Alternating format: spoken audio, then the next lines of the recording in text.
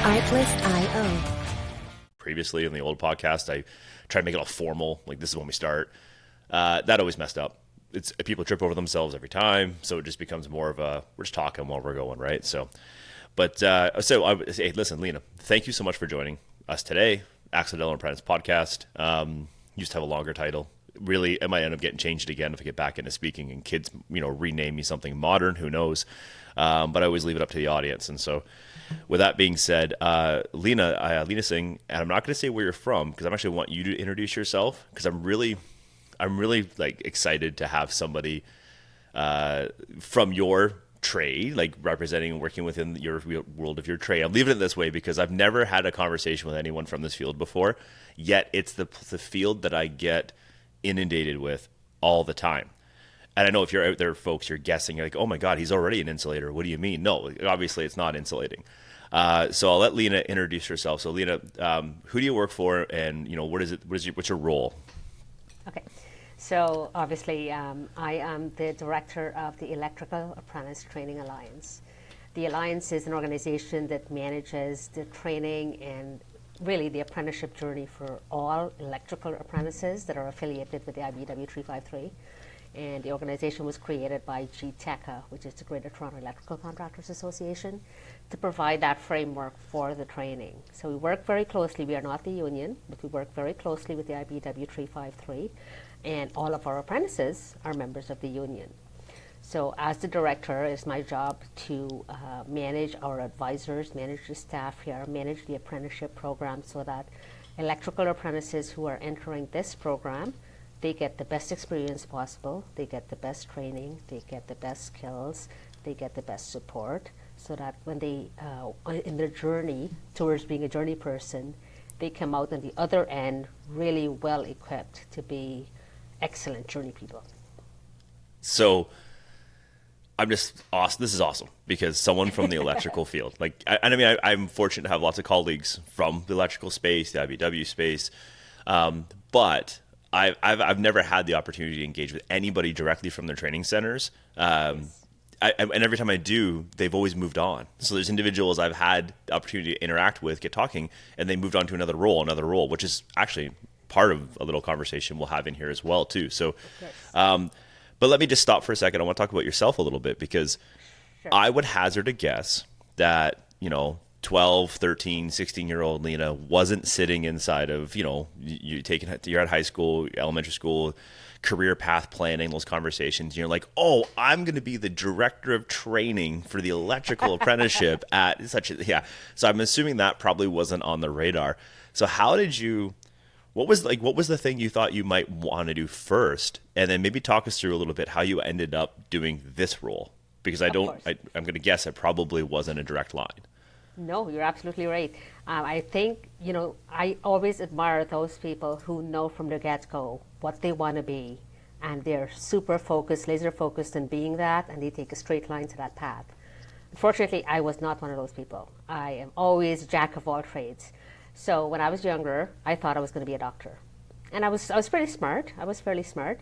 One of the things I did do in my role to prepare for that is to volunteer in a doctor's office.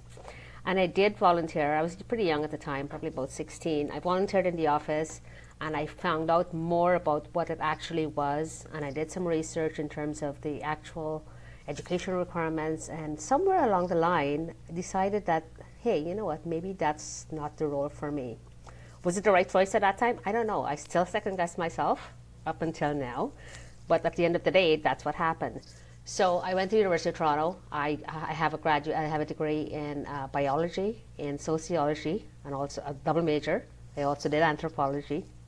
And along the way, when I finished there, I ended up working in human resources. Kind of is a thread through my entire career. That was one constant. I've always been in a role that incorporated some aspect of human resources. So I've gone through retail, I have gone through healthcare, I've gone through the financial services, and I ended up with an electrical contractor. Still in an HR role, but I directly had the opportunity to deal with apprentices. And I had the opportunity to deal with, young people who are entering a career that is fantastic, in my opinion. the opportunities that are available to them is fantastic. And I got, when I spoke to them at the beginning, the eagerness in their faces, they were hanging on my every word. It's pretty important. It's pretty intoxicating when you know that you can provide opportunities for somebody that is going to make a difference in their lives, and it isn't within our wheelhouse to be able to make that something that's really fantastic for them. So even then, from an electrical contractor perspective, I moved on to a different HR role with a fire alarm company, and then this opportunity came along. I did have prior experience working with the advisors, so when I was working with the apprentices, I worked very closely with the Electrical Apprentice Training Alliance and knew of the advisors. I knew exactly what we were trying to do at the Alliance, and it's something that's very, very much up my alley. I've always had the recurring theme in my life has been HR and education. I've always done a lot of work with school boards. I've always done a lot of work in classrooms. So training comes naturally to me. I learned enough. I'm not an electrician, gotta make that clear, not in the trade, but working with electricians, working with apprentices, I've had that experience, and it all came together really well, and I think this is a role that's really, really, I can really make a big difference. That's, we spoke previous, and the conversation that you originally wanted to be a doctor never came up. Like, we didn't have that, and so I really appreciate that. Oh, well, that, you're on a different spectrum. I said I want to be a wrestler. You want to be a doctor. One's a little more realistic. But it's still like an extreme piece on the spectrum of like, it's got challenges, and that's not an easy path by any means. And, congratulations to you for taking that little step, that little bit of volunteering time, like putting yourself out there to have that look behind as they say, look behind the curtain of what is I'm thinking I'm going to do. And then getting some clarity and realizing, oh, maybe not, maybe not. And I think I still regret not trying to just be a wrestler all the way through. No, I don't. I don't actually regret that. But there are days that sometimes you think you do, right? So it happens to all of us. Yes. But I love the piece that you shared with us around the HR thread. So this is an observation I've seen for some time, and I would love to know your take on it. The construction industry, it's made up of a lot of moving pieces. So there's a lot of employers that are different sized, right? Yes. So there's really big contractors, and there's like smaller contractors that might be the company owner. Maybe their significant other is the bookkeeper, and maybe they have an apprentice. Maybe they have an extra journey person on staff and another apprentice. Like, it's really, that's common. It is. There's more of those in the industry, in the sector, than elsewhere. And so one of the challenges that I have seen is this connection from the contractors to embrace HR practices and policies. And I don't know if it's like an avoidance because they don't want to be corporate, or is it just capacity? But I'm curious on your take, being around the HR world, how have you seen the reception and the embracing of HR practices and policies, and what kind of advantage is that helping with the challenges we have, like labor, apprenticeship training, et cetera? Well, you're right. Different contractors, different sizes, different roles. Most contractors are entrepreneurs. So they've built their own companies, and you're right, in an entrepreneurial environment, people will take, and it's usually the owner or somebody close to the owner who does take on multiple roles. I have found that as they get larger, they realize the value of having a dedicated HR professional in the organization to help them manage not only compliance, but to manage their people. There's perception about HR. There's two different perceptions. There's one that, oh my goodness, HR is going to fire me. HR is going to make sure I say the right thing, do the right thing, and I'm going to get into trouble from HR. That may be to a certain extent true, but a true HR professional is not about that. It's about looking after the people. It's looking after you as a person, looking after the employer and the people, and making sure that the interests of both are advanced in a way that's fair and in a way that's beneficial for everybody. You want to make sure you're always, taking care of your people. People are your greatest resources. And that's the value of having a good HR person in your organization, to be able to make sure that the things that you can control, the policies that you have in place, the payroll practices that you've got in place, the training opportunities that you've got in place, the fact that, you have you embrace diversity and inclusion in your organization. The fact that you are creating psychological safe spaces for your employees to be able to learn, grow. Those are all positives, because when you have an organization like that, your organization is going to grow bigger. You're going to become an employer of choice. People are going to want to come there because they know that you care about your people. When you care about your people, you're more likely to attract good employees. So that's the reason, one of the biggest reasons why organizations who are looking to grow and who can afford to or have the capacity to be able to have an HR professional, they do that. It makes sense. It makes absolutely great business sense. And from a people perspective, everybody is happier that way. I thank you. And I'm thinking about something you said there where you commented around care. Like you really talked about the care for the employer and the employee. Like you're thinking about that. And I'm wondering, am I safe to draw a correlation? Because you really lit up when you talked about working with apprentices, working with people getting into apprenticeship. So am I connecting a dot here on what is an affinity or a connection for you? Like if you have this HR background and history, it's a thread through your career. You've been in so many different sectors. Why are you excited to work with apprentices, and why is this driving you as a passion? Like, because you could take those skills, and every sector is hurting for workforce supply right now.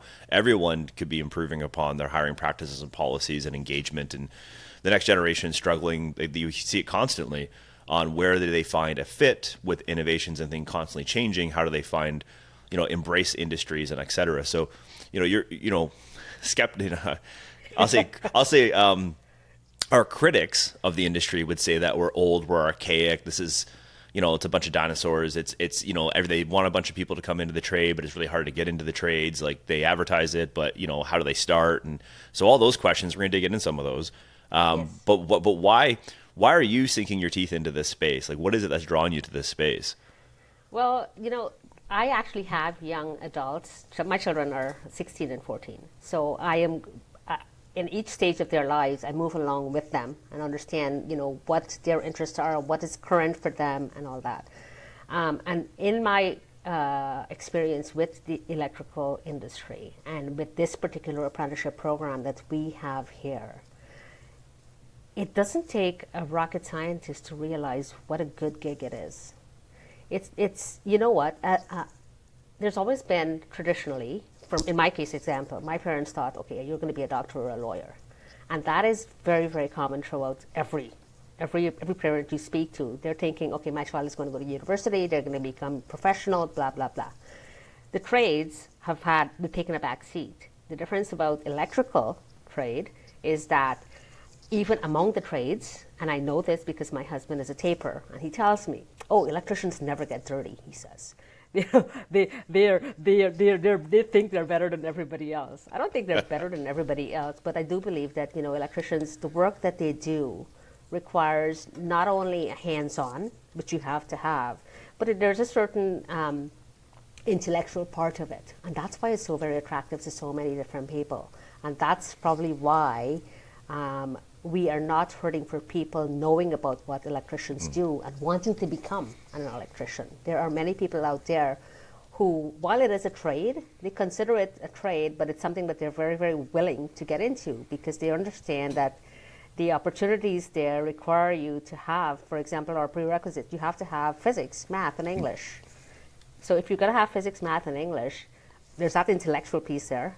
It's working with your hands, but it's really using entirely your everything, not just your hands. It's not just a mindless job. You do have to think about it. And I think that's because I've had the experience working with apprentices, and I know our program, the way our program is set up, and it provides so much support to those apprentices. That's why I'm so excited about it, and that's why I'm so, happy to be able to make sure that people know about the opportunities, that they're able to take advantage of it, and they're not taking it for granted, those who are here in our apprenticeship program. I appreciate that all of that, but that last bit, I really, really appreciate you saying like that, to take advantage of the opportunity they have in front of them. I mean, in context, I don't think people quite understand. So I have heard estimates that, upwards of 5,000 to 10,000 applications a month in the Greater Toronto area to become an electrical apprentice, minimum. And the numbers are astronomical from what I hear across the province, and that's just Ontario, let alone Canada. So, the opportunities, there's not that many apprenticeships available on a daily basis, folks. I try to put that out to you. So if you are fortunate enough, maybe I will get you to dig a little bit into, we'll talk a little bit about the actual apprenticeship, but I think maybe the interesting point that people are going to want to know is how do you stand out as a candidate to get into being an electrical apprentice? I could probably say, let's dive into all the components of an apprenticeship to electrical. Honestly, it's probably the most YouTubed production and, social media. You will not struggle to find someone breaking down how many terms, how much schooling, how many hours. It's out there in abundance. So I'm not going to waste anyone's time. But I've got someone here who can actually give us a little bit of insight on how do you stand out as a candidate? You have 10, 15,000 applicants flying across the door. I know it's the proverbial stack of apprenticeship applications. And that's digital and paper because people try to do both in the construction industry. It's crazy. So how do you stand out? What could you possibly do to stand out? So I'll stop there. Well, that's a very, very difficult question, Adam, because, we're trying to, you're right. We receive thousands of applications, and there are different pathways into this particular program. The largest one, of course, is our intake process, and where we receive applications from people coming in. And, you start out with the minimum requirements. You must have your prerequisites. You must have your physics, your math, your English. You have to have those aptitude. And then, we ask for an essay. Tell us why you want to become an electrician. Now, from that essay, a person who is really wanting to become an electrician would have done their homework, right? You want to make sure you know exactly what the trade is. You want to make sure that you know what the conditions are for an electrician. What exactly does an electrician do? Do they do just residential? No, they don't. They don't always. They can work in the ICI sector, right? Industrial, commercial, institutional sector. They can be doing slab. Do you even know what slab is? Do you understand that you might be working at height? You might be working in confined spaces. You're going to be working winter in the outside, and it's hard work. You're going to be working in the heat. There's lots of different things. The candidate who has done their homework, do you know what the apprenticeship program looks like? Because we do have a process that we take. There is some testing involved. We try to understand people get, some essential skills. Do they have those essential skills? Do they know what they're getting into? But one of the biggest pieces that we have found that we are really looking for, things like attitudes and willingness to work. And this is something it's not only in this particular career, but it's every single career. For any career that anybody is going to get into, and especially a younger person, there are certain skills that you're required to have. Call them soft skills if you will, but they are essential skills. And those are the skills we are hoping that people have or they're willing to obtain. Some of them, you can't learn them. Some of them, you either have it or you don't. But we're talking about things like, your attitude, your positivity, your willingness to work, your ability to do the right thing, show up on time, ready to work, be punctual, don't miss days, those kinds of things. So it's difficult. I'm not sure if I answered your question or not. Oh, you did. Those are all pieces that we're looking for. Lena, that's right up the alley. I've had this conversation for years, and it's easy for me to be the talking head. But here's the opportunity to hear it directly from the source. Someone to say, yes, there are prerequisites, and they're there. And the essay, I've missed that 100 times talking to people about the trade, and I'm glad that's amazing to be there, because how else do you differentiate, right? And show somebody's digging in a little bit. Some of the best advice we try to, I try, and I know colleagues of mine try to say all the time, is you need to do a little bit of homework. You say electrical because it's probably the thing you see the most. You get up and there's power in your room. You hit a light switch. You turn on a coffee maker. You open a fridge. You see it, so you're used to it. You know it's a necessity. You couldn't imagine not having it, right? And I don't care how many people say they want to go off grid. They still try to put a solar panel up to have power. So everyone still they're used to it, and it's not going away, right? Yes. So that's a great piece. But the intangibles, the soft skills, the essential skills, whatever. And I love how, and thank you for saying soft skills and then bridging it and going, but they're essential. This is what is needed to be a good apprentice. This is how you're going to grow your apprenticeship. No one's going to teach you unless you have these things with you. And everyone's investing in you. That's a part I think is often overlooked, is that the employers, they're a big contingent here, right? And they're putting a lot of money on the line. And I know I get a lot of flack for this, right? Because I'm from a union. I'm a union rep. I was a union director of apprenticeship. I have a union role in my full-time, capacity. But I also know that it's a symbiotic relationship, that we all got to do this together. It's an industry that works together, which I always think is so neat about construction and union. It is so different, its relationship, when you think of how that dynamic works. And I'm super proud of it. It doesn't mean it's all like sunshine and roses, but there's the friction is met with a goal in mind, because we're trying to get a shared value and outcome kind of idea out of it. But with that being said, this whole essential skill piece is so crucial for an employer to say, okay, I'm going to put money into you on a few ways. Like, yes, I'm giving you a wage, knowing you can't create the output that I've bid that project on.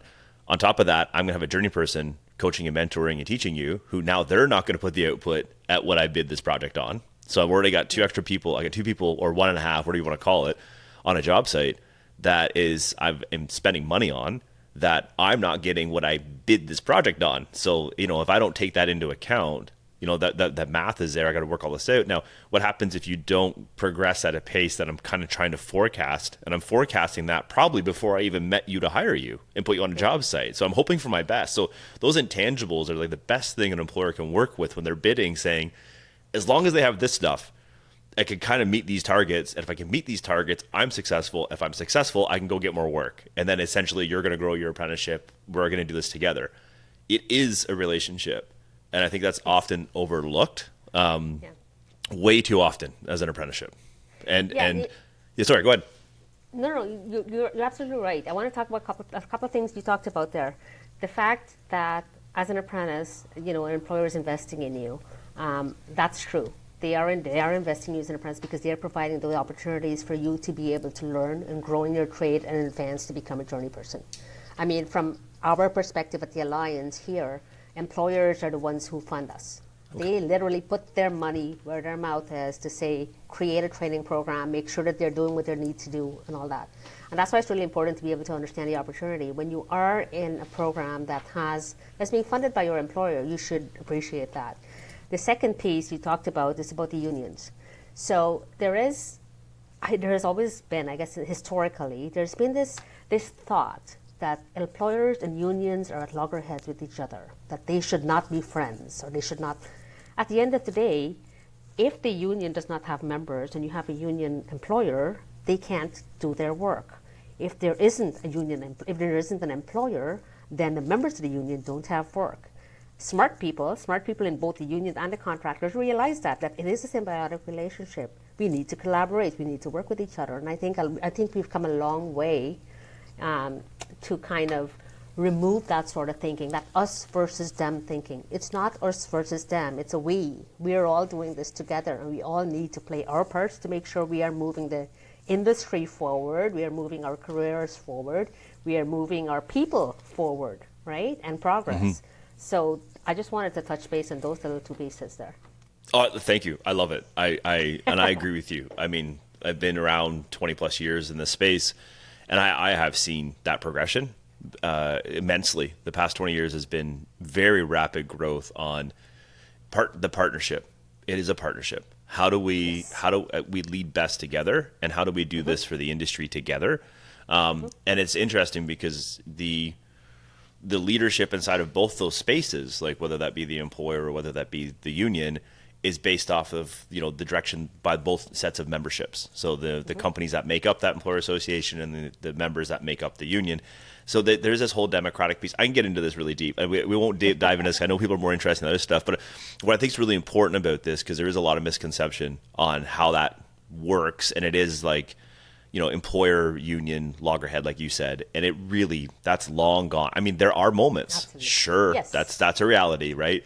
Yes. But they're moments. And there's lots of modern approaches to finding solutions and compromises and finding ways to collaborate, and then they come together on some really interesting things. Vis-a-vis what you do, the Alliance and the training and how this works in helping support an entire industry, one of the best known industries that exist in the construction sector, right? So at least the most popular by far, right? I mean, you definitely fight a couple of the other trades for notoriety when people list it. And I say that based off like grade 3, 4, and 5 when you talk to kids, right? Yes. They name 3, and you guys tend to be number 1 in there. They tend to, because even they have to plug their iPhones in and stuff. So yeah, it's there.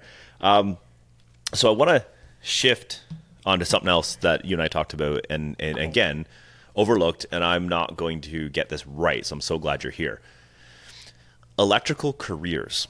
Yes. Okay, so there's the 309A electrician, right? The most known, and people probably don't recognize, they call it 309A. That's the when you think of electrician folks and you're envisioning an electrician, this is what you're envisioning traditionally. Yes. But that is one of many things you actually can do in the electrical career. And I would love, you had this great conversation with me. You went down this rabbit hole beyond, like well beyond the electrician. But can you give a little bit of insight into like the low voltage conversation a little bit? Yes. And then also let's dig into the other careers as well, because there is a lot of things tied to this. And electricians I have predominantly seen have had great opportunities pursuing a diverse array of careers in the construction sector. Of course. Yeah. So you're right. The ICI electrician, 309A electrician are those ones who do the construction maintenance. They are the ones who people typically think of as electricians. On our website, there is a volume of information about the different apprenticeships that they are. And it includes the ICI, it includes low-rise, and then it also includes NCS, which is the communication sector. And the communication sector is growing in leaps and bounds. Low voltage now, there's so much growth in that space, and there's so much growth projected in the near future, is that it's a very, very viable route for somebody who wants to be in the industry and cannot, and it's not just the 309A. You can be in NCS communication sector. That apprenticeship is shorter. You still have a lot of really good skills that you're going to learn. In fact, 309A, you can actually be joint. You can be a communications electrician. You can do both parts of it. So you can do, you go do the communications piece and then do the electrical piece, and then you're double ticketed there. So wow. There's a lot of opportunities there. But even beyond that, we talked about earlier the fact that we get thousands and thousands of applications. Last year, 6% of applicants made it into our program. 6%. Right? Those are insane numbers. Does that mean you're never going to become an electrician? No. Does that mean you will never be able to work in the electrical industry? No. You've got to pivot. If you didn't make it through that intake, you can always reapply. Okay? Because we have different times in the application process. It's currently a little bit of a pause as we get caught up and we kind of improve some systems and all that. But at the same time, there's so much more that you can do. Because in any electrical contracting industry, so from a contractor's perspective, so you have your electricians, but you also need to have your project coordinators. You need to have an estimator. You need to have people in the office who understand what is it that you're doing there. You end up become project managers, right? Electricians become entrepreneurs. They're the ones who start the companies that they run. So there are so many different avenues, different opportunities for you to be able to become an electrician. And ours is not the only program. I'd love for us to be the only program. And certainly in a non-union sector, there are opportunities still to become an electrician. So all of these opportunities are out there. And the one thing that, I encourage people is to do, we talked about it earlier, do your homework, do your research, understand what is out there so that you can make an informed choice. And if plan A doesn't work out, you do have a plan B and a plan C. And if plan A doesn't work out today, that doesn't mean plan A is not going to be back in the forefront 2 years from now, right? So we're talking about all of those, doing your research. We're talking about skills like perseverance, resilience, dedication, all that kind of stuff. It's always at play. It is always at play in everything that you do. And if you really, really want to do this, if this is something that you've got your heart set on, you're going to do it. You do the things that are going to get you further ahead in it. Do your research, excel in the subjects that you have to do. Work on those soft skills. Make sure that you are employable. Make sure that then you actually are employed by somebody, they want to keep you. That you say, this is somebody I am willing to invest my time in. This person is going to go far. You are not going anywhere. You're going to stay with me, and you're going to progress through your entire career with me. You want to be that person.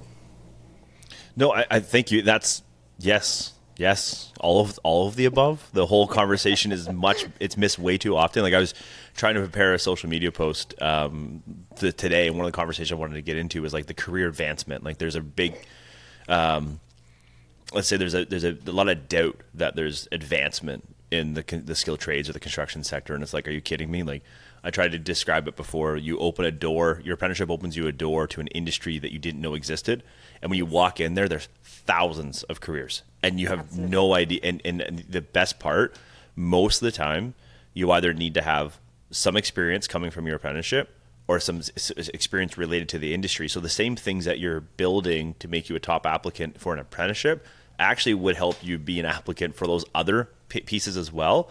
But you don't look through that door until you decide all of a sudden you want to have an apprenticeship and you start down this path. So you're already committed to an apprenticeship. Now you see them.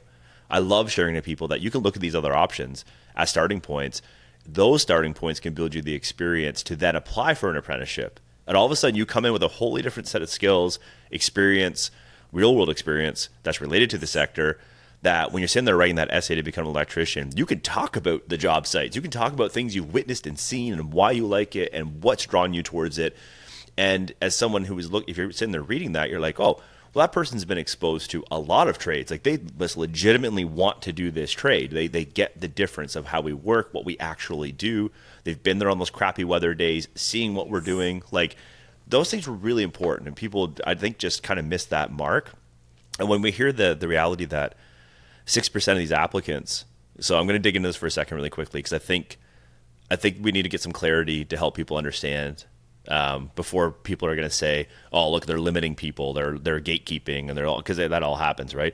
But I think it's often overlooked how you actually get to start, right? I mean, you can't just flood an industry with a bunch of apprentices tomorrow and be like, okay, we need 10,000 people, so here's 10,000 apprentices.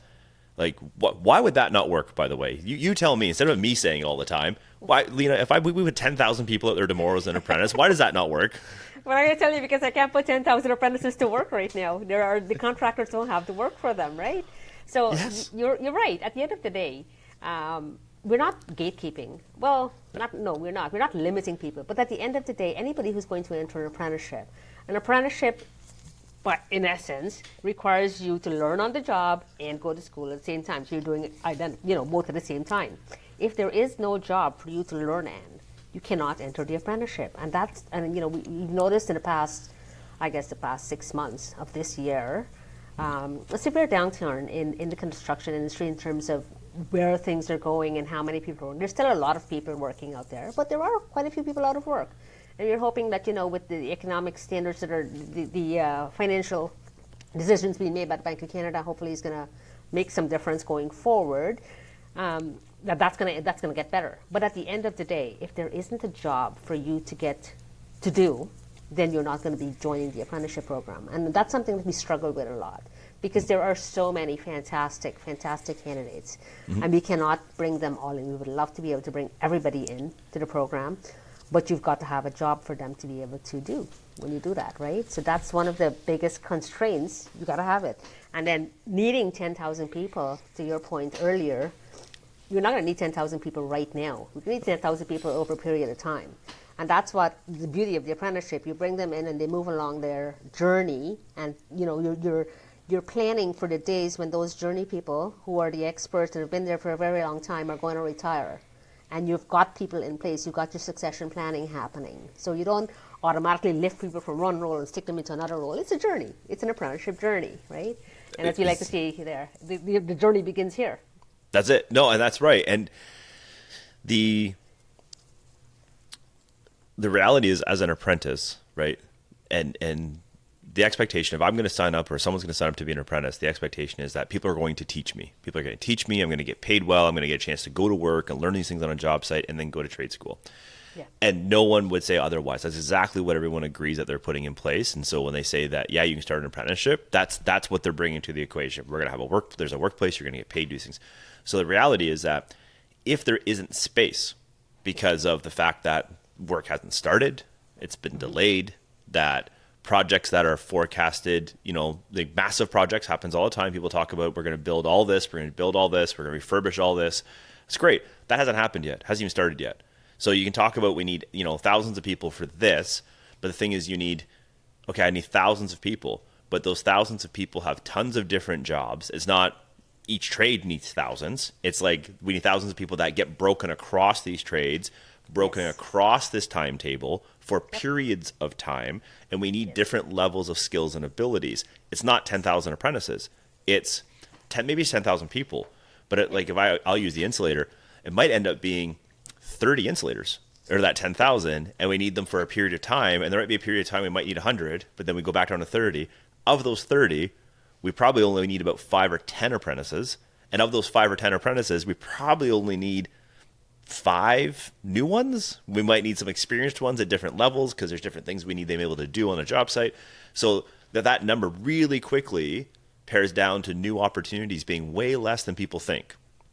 And that's way overlooked. Yes, it is way overlooked. And the government has actually placed an emphasis on creating awareness of the trades. They've spent a lot of money, a lot of time, a lot of effort in the past few years to say, hey, there's going to be a shortage in the trades, we want more people to look at the trades. And that's fantastic, but you're absolutely right. There has to be a dose of reality there. There are going to be opportunities. There are a lot of people who are going to retire in the next 5 to 10 years, maybe 15 years. And we do need to fill those positions. But it is a journey. You're not going to need all those people right away. You need to have people in place moving along their apprenticeship journey to fill those positions when the time comes. And you need to have people at different stages in that journey as well. You're right. And really the importance, one of the most important features of that is actually the integrity of that journey.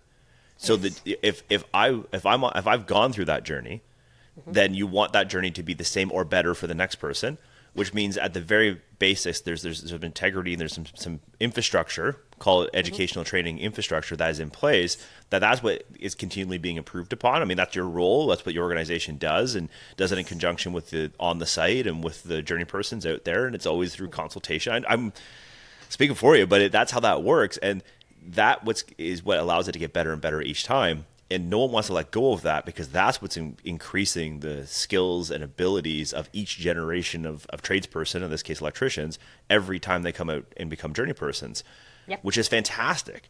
But you don't want to degrade that, let that fall apart, because it's flooded. And we've seen this in other industries and sectors. You only have to look at the automotive industry 15, 20 years ago, a little bit longer than that now, I guess I keep forgetting how old I am, but you start flooding because of production, and then what happens is you start looking for innovations to make life easier. Jobs get parsed out because you can't have them all here, because you basically just flooded an industry on demand and supply and all these. No one's thinking through. Luckily, construction has this process. When you build something, it has codes and standards and process and schedules, and things have to be done in sequence, which allow the integrity of that training, which is also why this is such an attractive industry. Is like, if I'm an apprentice, if I happen to start an apprenticeship 20 years ago, or I start an apprenticeship now, or I start an apprenticeship in 20 years, we've seen over almost a century now, more, that we've seen the integrity of this type of system, that with the on-the-job training, the transfer of skills and expertise, combined with high standards of post-secondary level education, is what's putting people into these places to have these amazing, successful careers. If I want to be an apprentice, I want to have that career, which means this process has to maintain its integrity. That integrity is only maintained by upholding these processes. And I have to articulate all of that with you, Lena, because when it comes to back to the trades of the popularity and people like flooding and looking, like, this is the trade. This is the trade that everyone wants tomorrow to be an electrician. And what they want to achieve, if they all tomorrow were to become apprentices, they wouldn't be able to achieve that thing. That's so overlooked.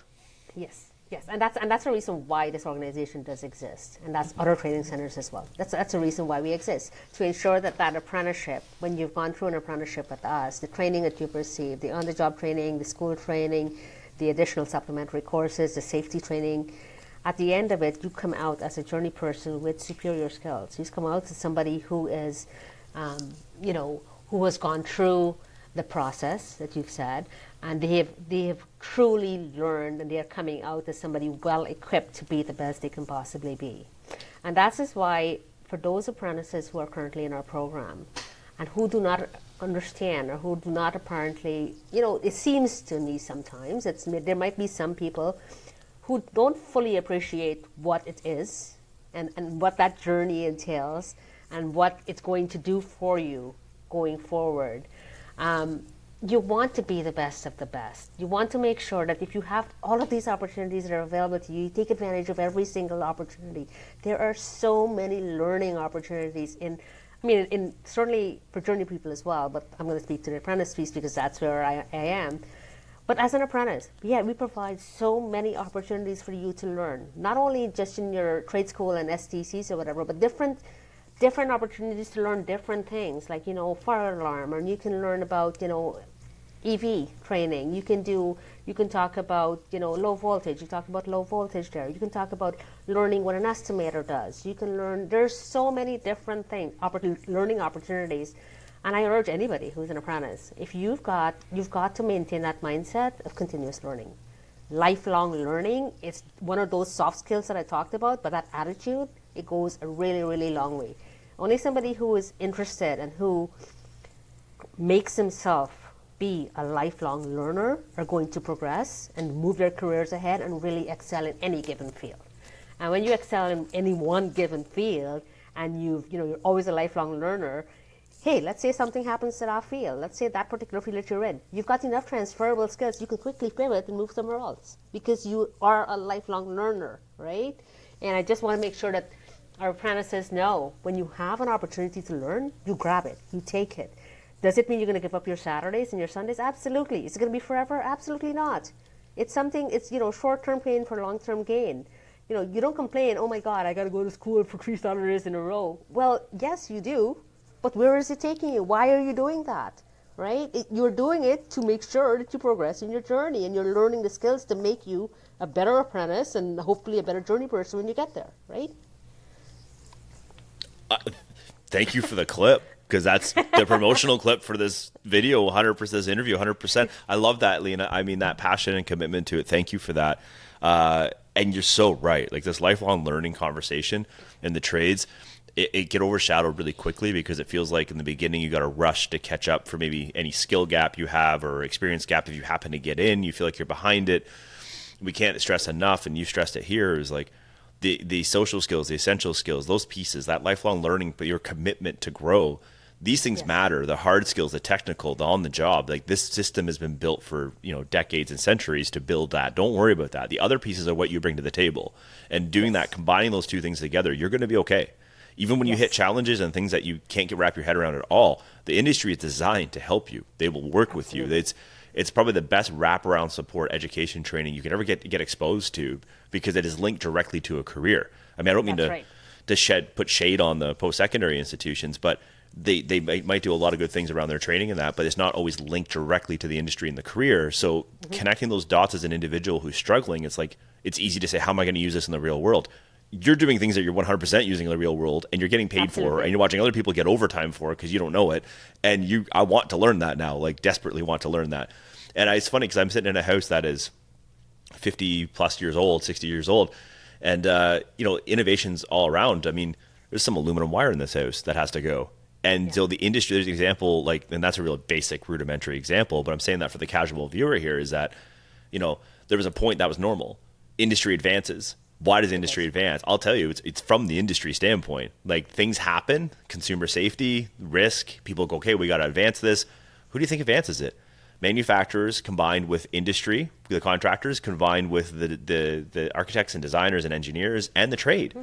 The number one, our last guest, Angela Coldwell, said, her husband said it best, like, when I have a doubt on what's on the plan or the print, or I'm worried about some sort of technique or innovation they want to have on a job site, the first thing they do is they go down to the tradespeople and go, are we in the right ballpark here? Are we doing something? The tradespeople are going to look, yeah, we've been around. No, that ain't going to work. Like, we've seen people try that. We've seen how much it costs. We've seen how it failed. And we can say as a tradesperson, why? Yes. And so this is why this would be the preferred method. This is why it's still, the primary piece used in the code. And these are the things you have to know as a tradesperson. And people don't think that happens. It happens a lot. And you might be an apprentice getting asked that question. Now, granted, no one expects you to have the full answer, but you need to have a bit of a concept of, like, there's people that will know that. Like, and let's build all that together. And so that constantly hunger for learning, and those are beautiful experiences to learn from. So no, I appreciate that. I love your context. I love the light you're sharing on these things. It's fantastic. Now, I'm going to get one more tough question for you. Okay. Yes. But I think you have all the answers on this one, by the way. So I don't know. no, I do. It's loaded. Don't worry. So we hear a lot. I hear it a lot. We hear it a lot out there. Yeah, I want to be an apprentice, but I have no clue. Like, there's no clarity on the program. There's no, like, do I just go to college for a technique program? Like, where do I even start? Where do I find my information? So if you have someone fresh, and I know you're going to be completely biased in this, but this is like your total, shameless plug. Someone's fresh. They want to be an apprentice in the electrical field. They started doing their homework. Maybe they think they got some prereqs or whatever. They think they got some dots connected. Like, where do they find clarity on a program? Where do they do that better research? That's a great one, because you commented earlier about research. Like, where would you put them? Where would you tell people to look? Is there anything you tell people to avoid? Because that also might be worth looking at.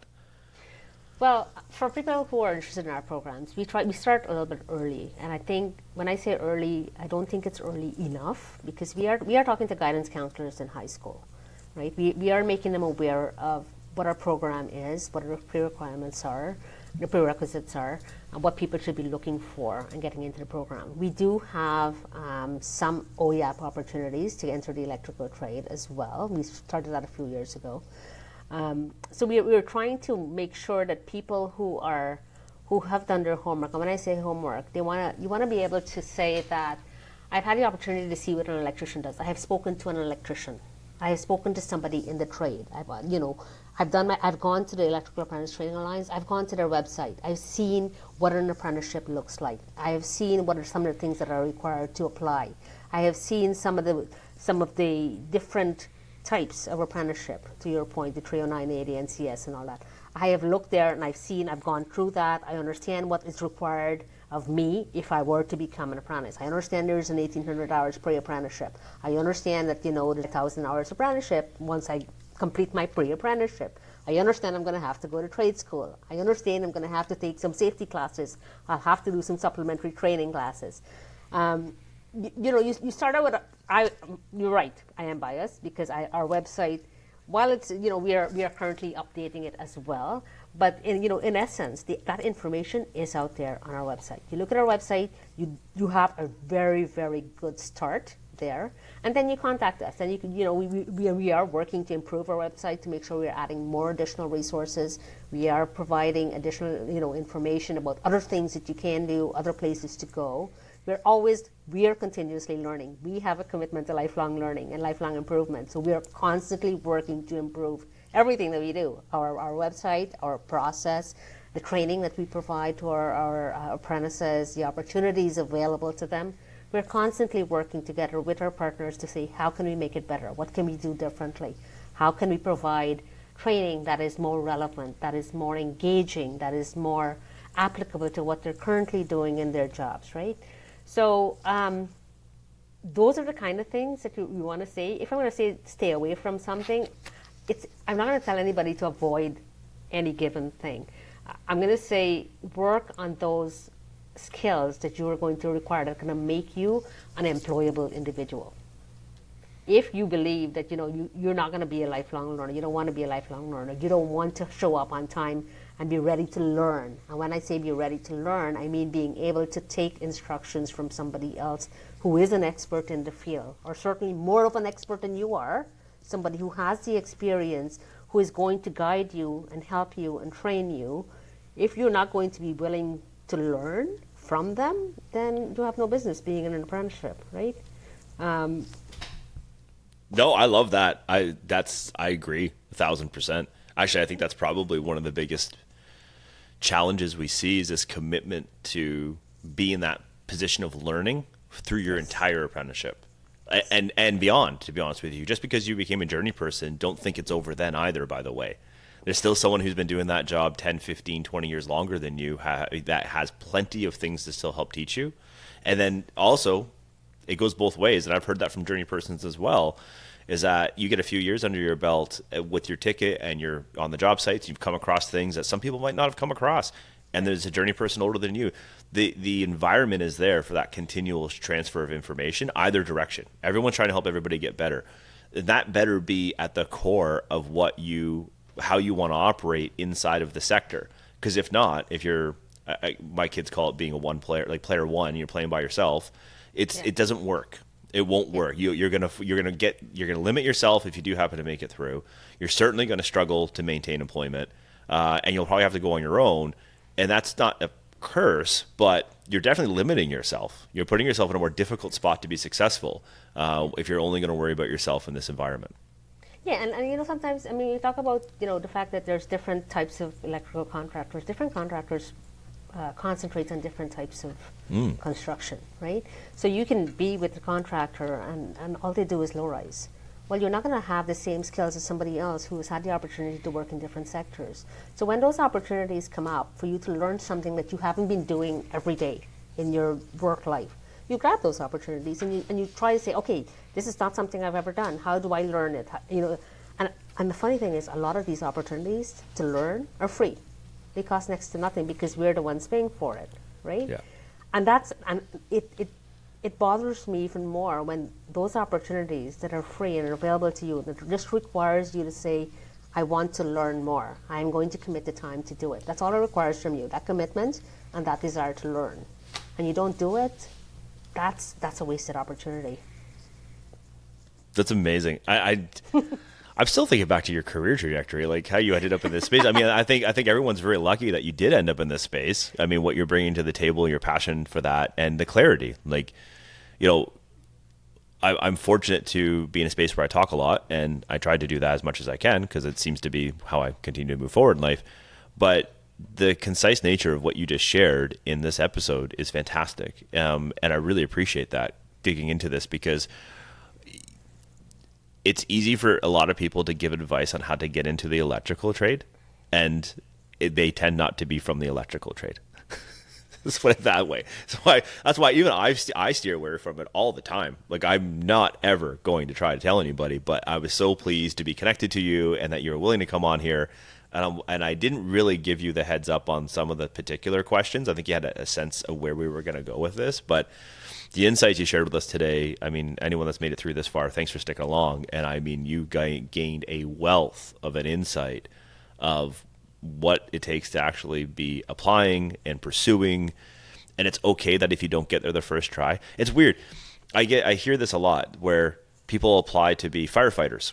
And firefighters traditionally, the odds of getting in first attempt on being a firefighter is like next to none. And you have to spend a lot of your time volunteering and doing these extra things to gain the experience to then put yourself in a position to be a strong candidate. And I would say that society's okay with that. People are like, hey, that firefighter is going to be there to save me. And I want them to be the best they can be. And if they have to be a little bit harder to become one, that's so be it. So when I think of electrician, and again, I'm going to get razzed by a lot of other trades on this one, but when I walk up to that light switch, I don't want to die. Like, I want it to work, and I don't want to get electrocuted. I don't want my house to burn down. I want it to be reliable. So the person who's going to work on that, guess what? I want them to be highly qualified, highly trained. I want them to be as far advanced as they possibly could be when they're doing that work. So you can see there's a reality that this trade, it's not just anybody can get in. And a lot of the trades aren't really like that either. I think people need to put their homework into this stuff, that there is a maybe a lower barrier of entry for an apprenticeship. I'm putting air quotes on that, based on maybe that prerequisite equivalency when people talk about getting into engineering or getting into a university degree. Okay, fine. It is a little bit different. It's different if we're measuring it off traditional academic learning from institutions. But if I think about the standard of where I need people to be, or anyone needs people to be a strong applicant as an apprentice, there's a lot of other things they need to be doing that are still just as challenging. They need to get work experience. They need to get some life experience. It doesn't have to necessarily be in an electrical trade, but did you go to work and show up on time? Were you accountable? Did you learn? All the things you highlighted earlier, Lena, like, these things matter into building out your skills, whether they're hard or soft skills, to put you as a candidate to be put in these places, because you are being trusted with some pretty interesting things. One of the biggest pieces around almost all trades, but definitely very highly with the electrical trade, is consumer safety. Absolutely. It's like, that's the end of the day. Exactly where I was going to jump in there to say, we talked about a lot of the skills. We talked about a lot of the skills that are required, a lot of the mindsets and the attitudes are required. If you don't have a safety first mindset, once again, you have no business being in construction. You have absolutely no business being an electrician. Because consumer safety, absolutely, that's top of mind. But your own safety, as you are building and as you are putting together the systems in place that are going to work for the end user. You have to make sure you're working safe. And in our industry in particular, the opportunities for injury, the opportunities for serious injury are higher than anywhere else. So if you don't have that focus, I talked about this lifelong learning mentality. You should have a safety first mentality as well. You got to have a safety first mentality. You don't have that, that is going to be a problem because you're going to take shortcuts. You are not going to understand the repercussions of you not working safe, and heaven forbid something happens to you, but even worse, something happens to your coworker. Somebody's not going to go home at night, and that's going to be a big deal. So that safety piece is huge, absolutely huge. Yeah, someone said it to me, and I actually put a post up the other day about this, where I actually encourage young people or people that are maybe they're in a career or they're pursuing something, they're not sure, but they're interested in construction, right? They're interested potentially, but they're self-limiting themselves because they hear it's unsafe or they hear it's this or whatever, or they're still uncertain. I actually encourage them, like, there is tons of opportunities out there for health and safety agencies. Like, I'm like, go register for a course, go take a first aid course. I mean, I would go beyond that. Take a working at heights, take a lockout and tag, take something that is a little bit intricate to a few of the trades that you might be interested in. And for the 3, 4, even it could be $500. And I know people are like, that's a lot of money. And I'm like, I've seen what people spend on some things out there, like a pair of Jordan running shoes that don't need to be $500 that they put on. And so don't tell me an 18-year-old doesn't figure out how to spend that money. They know how to spend that money. So if it's not that, it's something, I mean, that's fine. But I would compare it to textbooks in post-secondary. You buy these, $300, $500, $700 textbooks for these courses, and you're always disappointed when you just print it off a PDF because that's how they send it to you. But anyways, you have to pay these textbook fees.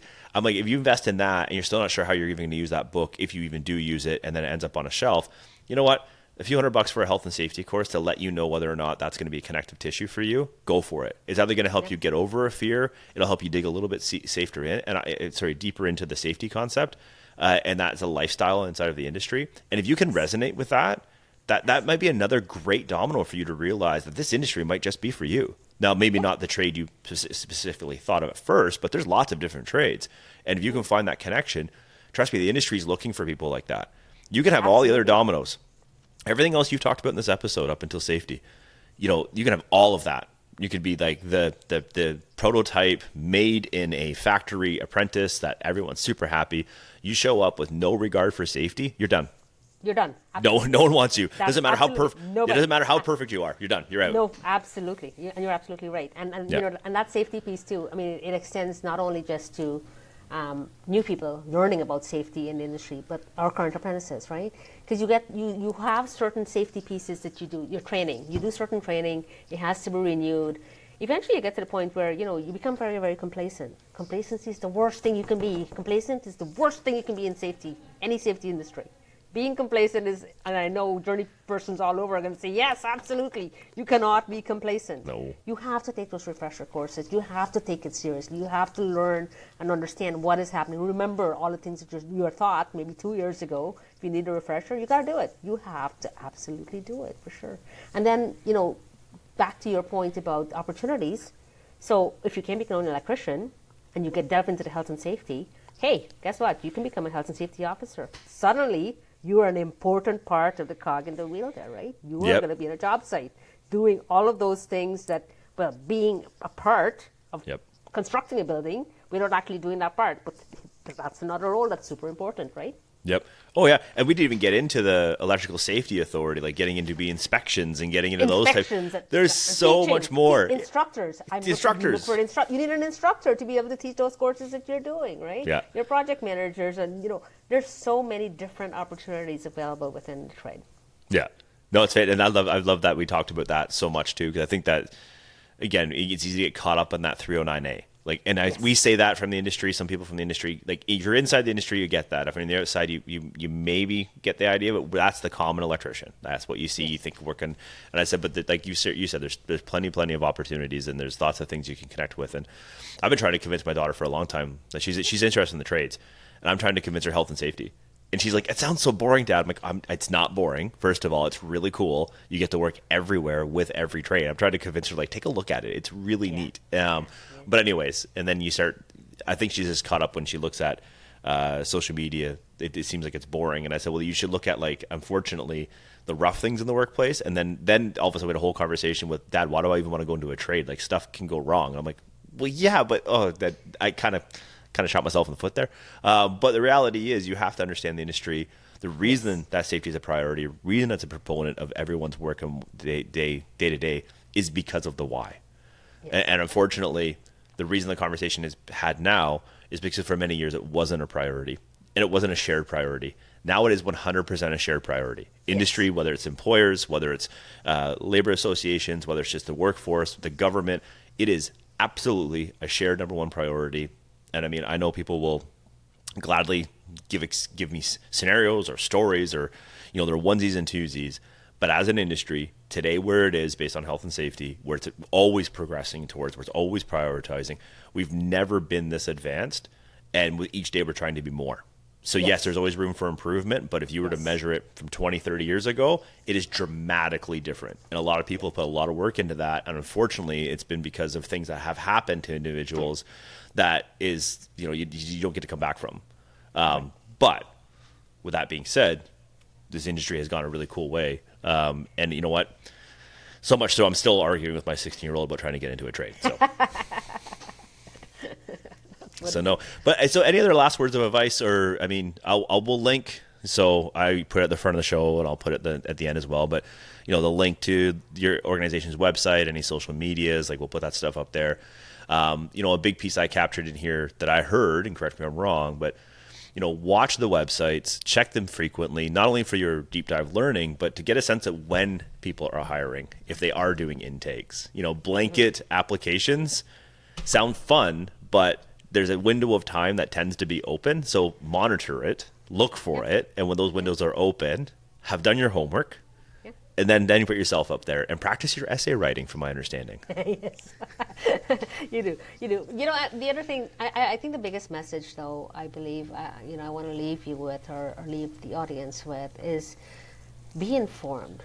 When I said earlier, I wanted to become a doctor, and then I decided that being a doctor wasn't for me, I didn't go out and find what other opportunities there were in the medical field.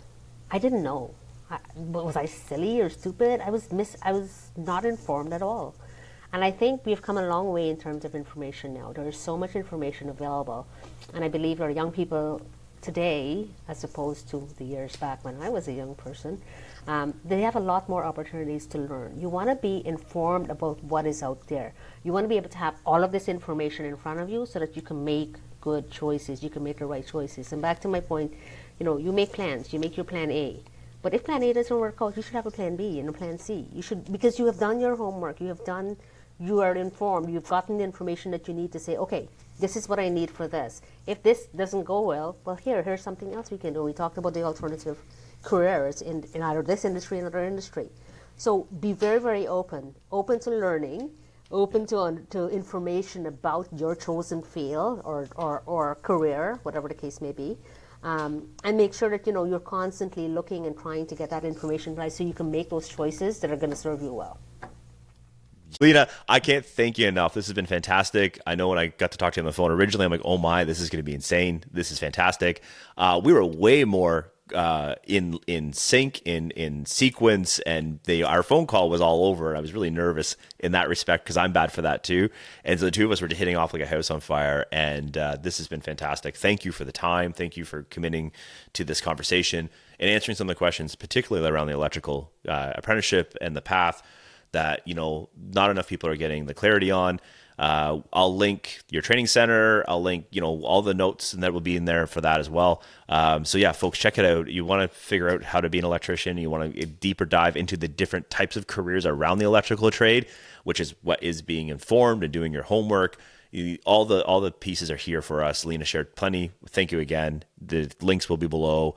And I can't thank you enough. And I honestly think we need to have another conversation, Lena, at some point in time, because there's a whole HR piece I haven't even pulled out and exposed with you yet, because I think there's a whole other conversation we can get into people thinking about exploring careers, etc. But I won't try to monopolize all your time when getting the show relaunched. So awesome. Well, thanks, everybody.